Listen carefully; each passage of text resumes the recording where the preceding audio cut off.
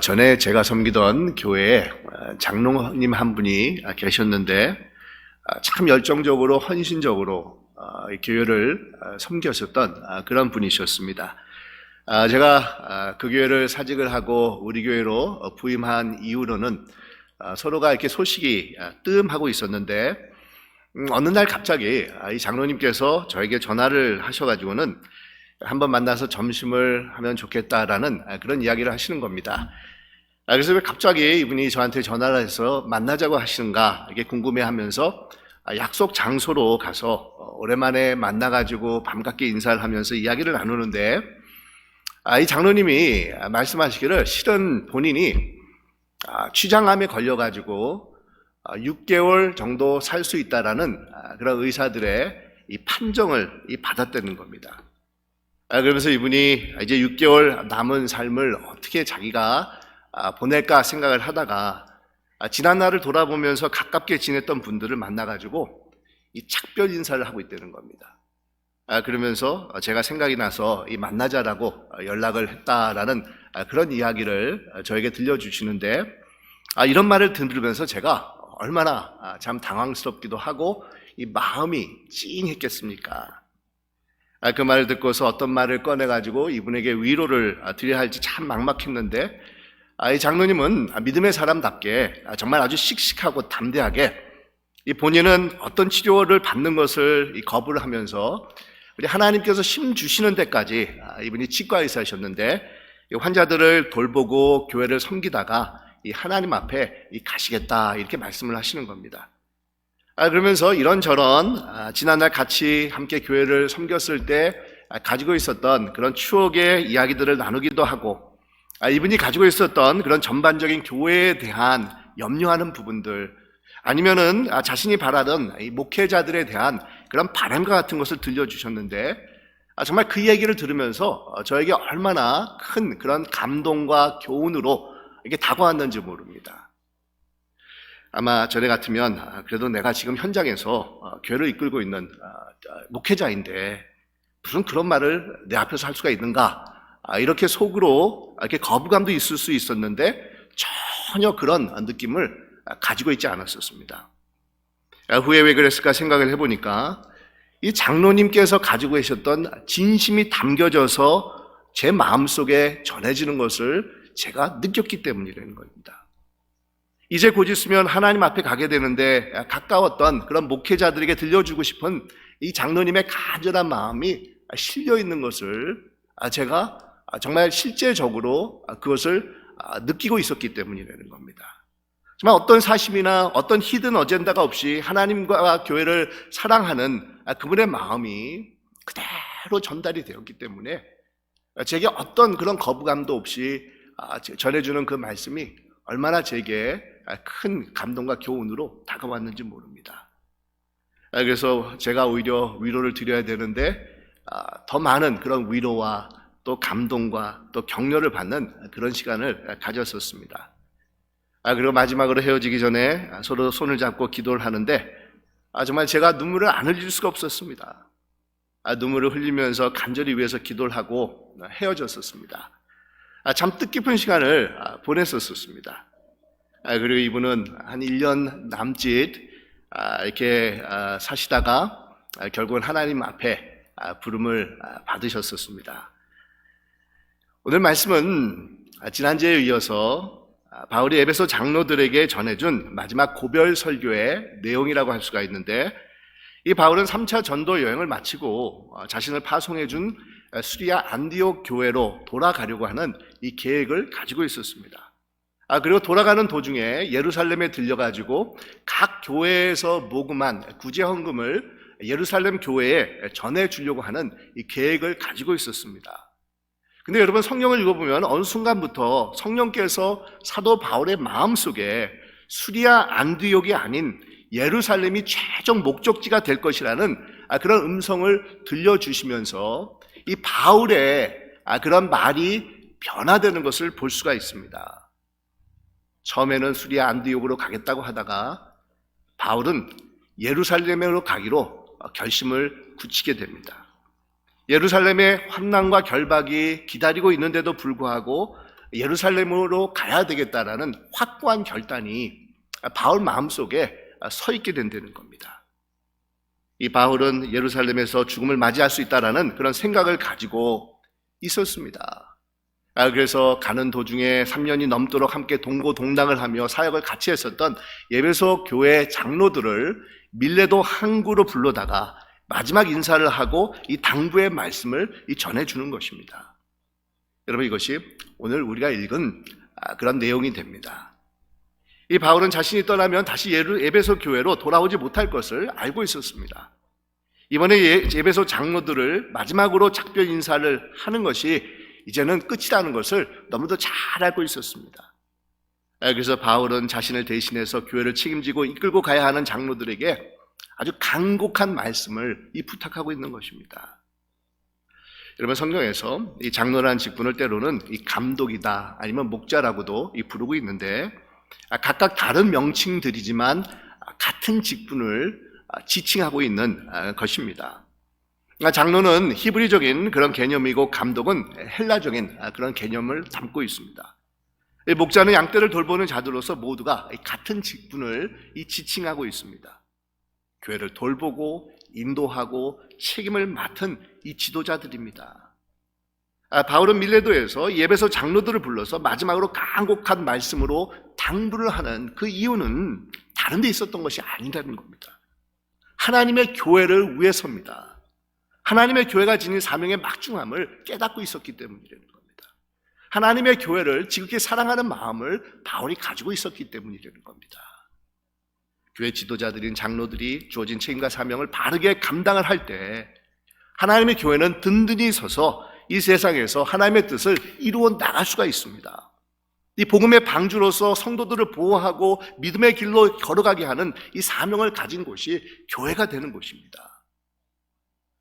우리 미국 장로교가 가지고 있는 헌법책에는 이런 교회의 사명을 구체적으로 7가지를 구분을 해서 이 설명을 하고 있는데, 이 먼저는 인류 구원을 위한 복음을 선포하고, 두 번째는 하나님의 자녀들의 안식처를 제공하고, 세 번째는 양육과 영적 교제를 이루고, 네 번째는 거룩한 예배를 드리고, 다섯 번째는 진리를 보존하고, 여섯 번째는 사회의 정의를 촉진시키고, 마지막 7번째는 하나님의 나라를 세상에 드러내기 위해서 교회가 이 세상에 존재하고 있다는 것을 분명하게 명시하고 있습니다.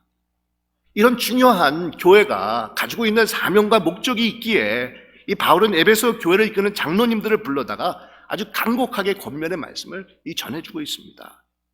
교회를 부탁한다고, 교회를 잘 섬겨달라고, 교회를 바르게 일으켜달라고 이 당부의 말씀을 전해주고 있는 것입니다. 그러니 여러분, 이 말씀은 겉으로는 장로님들에게 주는 말씀이지만 실상은 교회를 위하는 말씀입니다. 교회를 사랑하기 때문에 주는 말씀입니다. 여러분, 교회는 하나님이 자신의 피로 사신 곳이기에 그냥 대면 생각날 때마다 그냥 찾아오는 그런 곳이 아니라는 겁니다. 우리의 온 마음과 뜻과 정성을 다해서 섬기고 보살펴도 모자라는 곳이 하나님이 자신의 피로 사신 이 교회가 되는 것입니다. 그러기에 여러분, 우리 하나님께서 가지고 계신 관심이 있다고 하면 이 교회에 있습니다. 교회의 모든 직분들은 교회를 위해서 주신 것입니다. 장로나 목사나 권사나 집사, 이 모든 직분들은 교회를 섬기기 위해서 하나님께서 세워주신 직분이 된다는 겁니다. 이 직분자들이 세움을 받은 목적은 하나님이 자신의 피로 사신 교회를 돌보게 하기 위해서 직분자로 세워주셨습니다. 여러분, 우리가 분명히 깨닫고 있어야 되는 것은 장로나 목사를 비롯한 모든 직분자들은 교회를 위해서 존재하는 것이지, 교회가 목사나 다른 직분자들을 위해서 존재하는 것이 아니라는 사실입니다. 여러분, 이 순서를 우리는 절대로 놓치면 안 됩니다. 이 목사를 비롯해서 모든 직분자들은 교회를 위해서 존재하는 것이지, 교회가 직분자들을 위해서 존재하는 곳이 아니라는 사실입니다.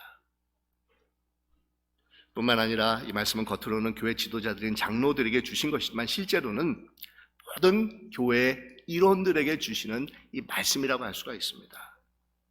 그리스도의 몸인 교회의 일원이 되어서 하나님의 교회를 사랑하고 하나님의 교회가 바르게 건강하게 거하기를 소원하는 모든 주님의 자녀들이라고 하면은 오늘 바울이 에베소를 떠나기 전에 장로들에게 주신 이 마지막 고별의 내용들을 정말 귀 담아 들어야 된다는 겁니다. 이 말씀을 통해서 하나님의 교회가 바르게 서서 주신 사명과 목적을 올바로 감당하는 교회가 되기 위해서 우리 교우들이 마음의 문을 열고 하나님께서 주시는 음성을 들을 수 있어야 된다는 겁니다.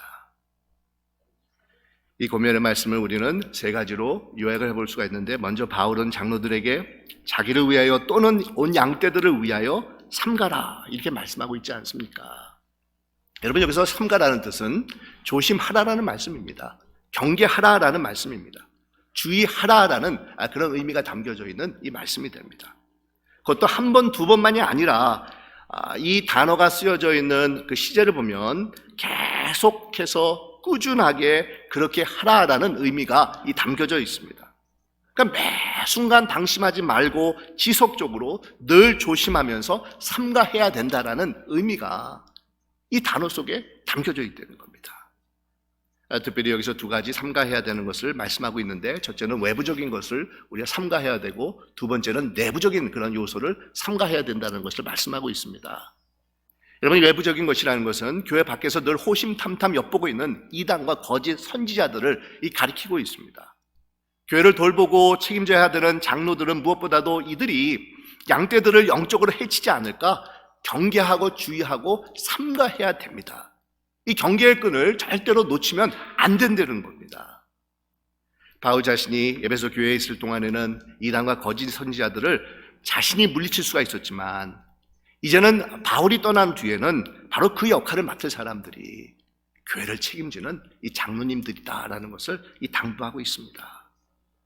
그래서 바울이 28절에서 이렇게 말씀하고 있지 않습니까?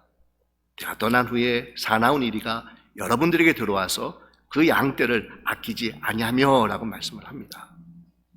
실제로 역사적으로 보면 이 바울이 에베소 교회를 떠난 후에 외부에서 영지주의자들이나 아니면 율법주의자 같은 이단과 거짓 선지자들이 교회 침투에 들어와 가지고 흉악한 늑대와 같이 복음의 진리를 회방에 놓았었습니다. 그래서 여러분, 교회 지도자들에게 주신 이 사명과 목적이 있다고 하면 외부에서 들어오는 잘못된 이단 사서들과 미혹하는 사상들로부터 교회를 지키고 보호하고 진리를 수호하는 것입니다. 정말 하나님의 교회가 복음의 순수한 진리를 지키면서 그 안에 굳건하게 서 있을 수 있도록 해야 되는 책임을 맡은 자들이 교회 지도자들이라는 겁니다.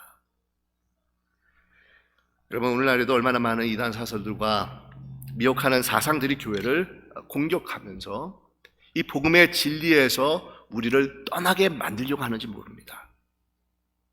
최근에는 여러분들도 많이 들으셨겠지만 신천지와 같은 이단들이 이 하나님의 교회를 흔들려 놓으려고 얼마나 애를 쓰고 있는지 모릅니다.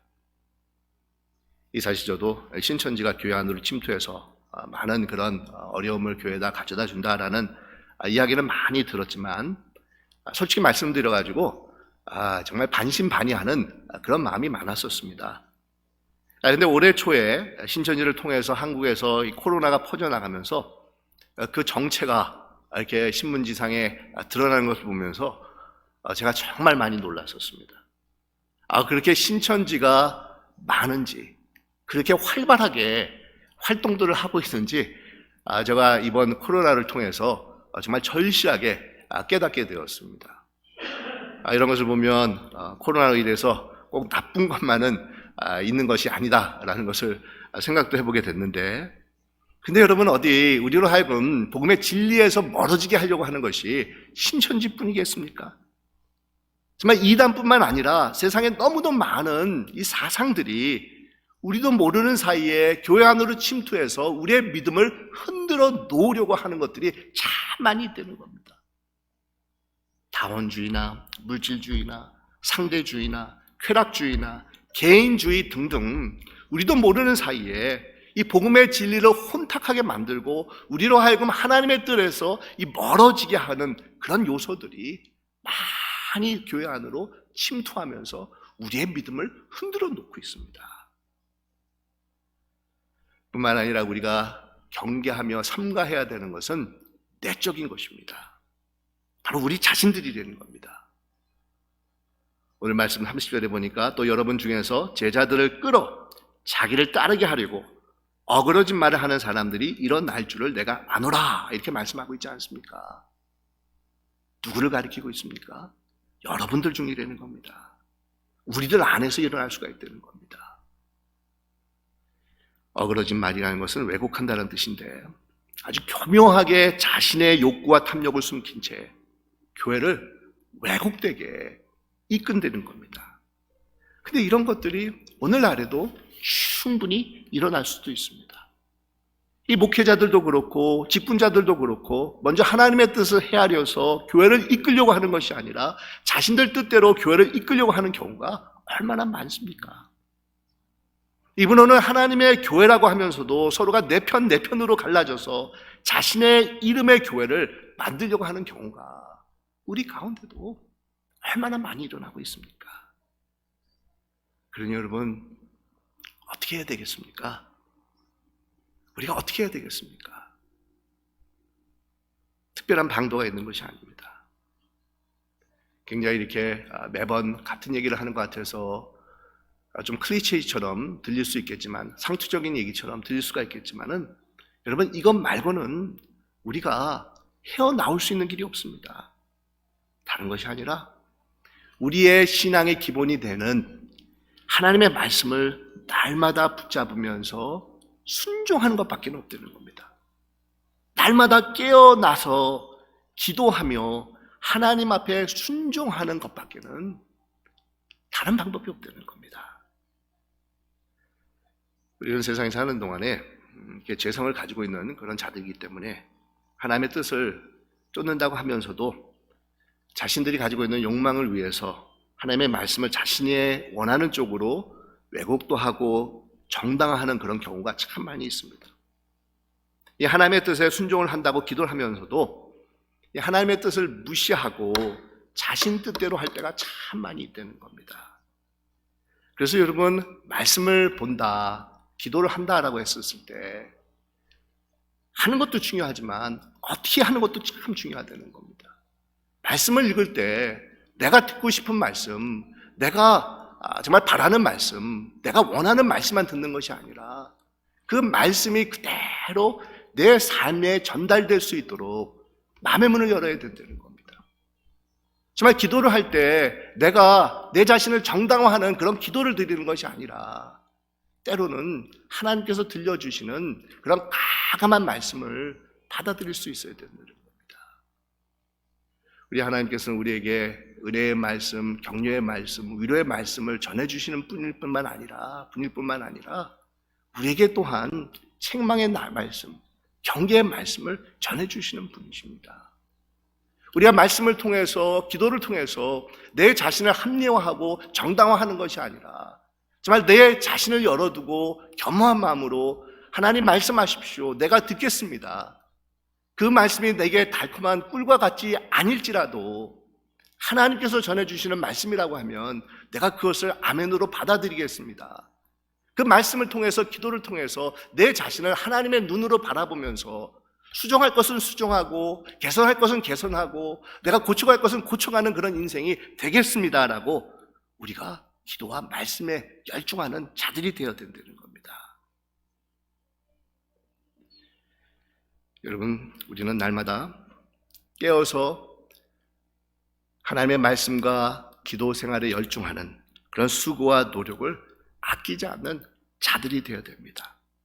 겸손하게 하나님의 말씀에 엎드려져서 말씀을 쫓는, 말씀대로 살아가겠다라는 결단이 세워지는 인생들이 되어야 된다는 겁니다. 그렇지 않으면 자신도 파멸의 길로 갈 수가 있고 주님께서 맡겨주신 그런 양떼들도 하나님 앞에서 흩어질 수가 있다는 겁니다. 이런 말을 제가 들어본 적이 있는데, 말씀과 기도 생활을 하루만 안 하면 내가 먼저 알고 이틀을 안 하면 내 가족이 알고 사흘을 안 하면 모든 주위 사람들이 알게 된다. 이런 얘기를 제가 들어본 적이 있습니다. 물론 이 말에는 과장적인 그런 측면이 담겨져 있지만 기도와 말씀을 소홀히 하게 되면은 그것이 우리 삶 속에서 드러난다라는 그런 뜻이 됩니다. 먼저는 자신이 느끼기 시작을 하고 후에는 가족이나 가깝게 지내는 그런 사람들에서 내가 하나님 앞에서 가까운 생활을 하지 않는다라는 것을 느끼기 시작을 한다는 겁니다. 감정이 컨트롤이 안 되고 자신이 하지 않아야 되는 그런 말들이 쏟아져 나옵니다. 당을 짓기도 하고 또 이웃들을 험담을 합니다. 그것이 길어지면 결국은 내 영혼이 피폐해지고 주위 사람들이 다 그렇게 느껴지면서 결국은 내가 속해 있는 공동체에 부정적인 영향력이 미쳐지게 됩니다. 그래서 여러분, 바울이 간곡하게 부탁을 합니다. 삼가 주십시오. 주의해 주십시오. 경계해 주십시오. 그렇게 하지 않는다고 하면 어그러진 말로 다른 사람들을 잘못된 길로 인도하는 그런 자들이 될 수가 있습니다. 그렇기 때문에 조심하십시오. 우리도 마찬가지입니다. 조심하지 않으면 그렇게 되게 되어 있다는 겁니다. 도리가 없습니다. 그래서 우리는 늘 말씀과 기도 속에서 이 본인을 지키고 내게 주신 가족들을 지키고 교우들과 교회를 지킬 수 있는 그런 자들이 되어야 된다는 겁니다. 우리 31절에 보면 우리 바울이 이런 권면의 말씀을 줍니다. 그러므로 여러분이 일깨워 내가 3년이나 밤낮 쉬지 않고 눈물로 각 사람을 훈계하던 것을 기억하십시오라고 말씀을 합니다. 3년 동안 에베소에 머무는 동안 교회에서 복음을 전했을 뿐 아니라 밤낮으로 쉬지 않고 눈물로 기도를 했다는 겁니다. 하나님의 말씀으로 이들을 권면을 했다는 겁니다. 단순한 지식만 전한 것이 아니라 정말 교우들을 사랑하는 마음으로 기도하면서 말씀을 전하고 이 가르친 것입니다. 근데 여러분, 여기서 중요한 것은 일깨어 기억하라라는 것입니다. 일깨어, 즉 깨어 있으라라고 말씀을 합니다. 깨어있다라는 것은 영적으로 각성을 해서 방종하거나 방심하지 아니하고 성을 지키는 파수꾼처럼 졸지 않고 늘 깨어서 준비하고 경계하는 자세를 가리키고 있습니다. 이 정도면 됐다. 내가 이 정도 믿음 생활하면 그래도 괜찮지 않는가? 이렇게 만족하면서 안주하는 그 순간 여러분, 우리는 넘어지게 되어 있습니다. 그래서 깨어 있어야 됩니다. 자신을 낮추면서 하나님 앞에 정말 다가가는 자들이 되어야 된다는 겁니다. 바울의 에베소 장로들이 늘 깨어 있으면서 교인들을 위해서, 교회를 위해서 자신처럼 살아줄 것을 당부를 하고 있는데, 특히 자신이 3년 동안 밤낮으로 에베소 각 사람에게 훈계한 것을 기억하십시오, 이렇게 부탁을 하고 있지 않습니까? 바울이 가르치고 훈계했던 것을 늘 마음에 새기고 있다가 이 가르침과 다른 것들이 우리 안에서 드러나게 될 경우에 즉시 분별하면서 물리치라는 겁니다. 그러기 위해서 여러분, 다시 한번 강조를 하는데, 우리가 할 수 있는 것이 있다고 하면 늘 하나님의 말씀을 붙잡는 삶을 살아야 됩니다. 기도에 힘쓰는 자들이 되어야 됩니다. 32절 말씀입니다. 지금 내가 여러분을 주와 및 그 은혜의 말씀에 부탁하노니 그 말씀이 여러분을 능히 든든히 세우사 거룩하게 하심을 입은 모든 자 가운데 기업이 있게 하시리라. 마지막으로 지도자로서 하나님의 핏값으로 사신 교회를 사랑하는 자로서 우리는 희생과 헌신을 아끼지 않는 자들이 되어야 한다는 겁니다. 이 바울은 에베소 교회를 위해서 그렇게 했습니다. 에베소에서 사역할 때 아무의 은이나 금이나 의복을 탐하지 않았다고 고백을 합니다. 오히려 본인이 직접 텐트 만드는 세상 일을 하면서 이 사역을 돕고 사역을 이어나갔습니다. 어떤 사심도 없이 깨끗하고 순수한 마음으로 하나님의 교회를 위해서 수고와 헌신을 아끼지 않았다는 겁니다. 여러분, 이것이 교회 지도자들에게 요구되고 있는 그런 덕목이 됩니다. 또 이런 마음을 가지는 것이 결국은 하나님의 교회를 사랑하고 하나님의 교회를 위하고 세우는 길이 된다는 겁니다.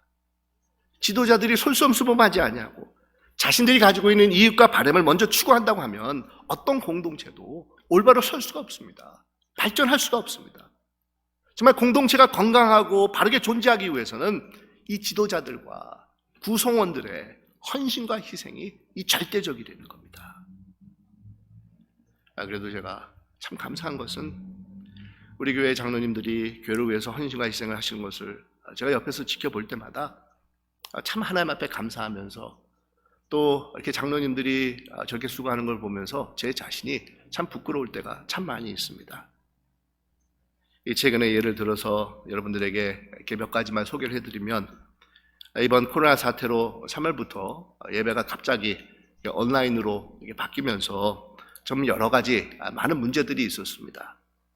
근데 매일같이 이 장로님들이 나오셔서 어떻게 하면은 이 온라인으로 이렇게 예배를 제공을 해서 교인들이 한 명이라도 빠짐없이 예배에 참석할 수 있을까를 연구를 하면서 수고를 아끼지 않으셨습니다.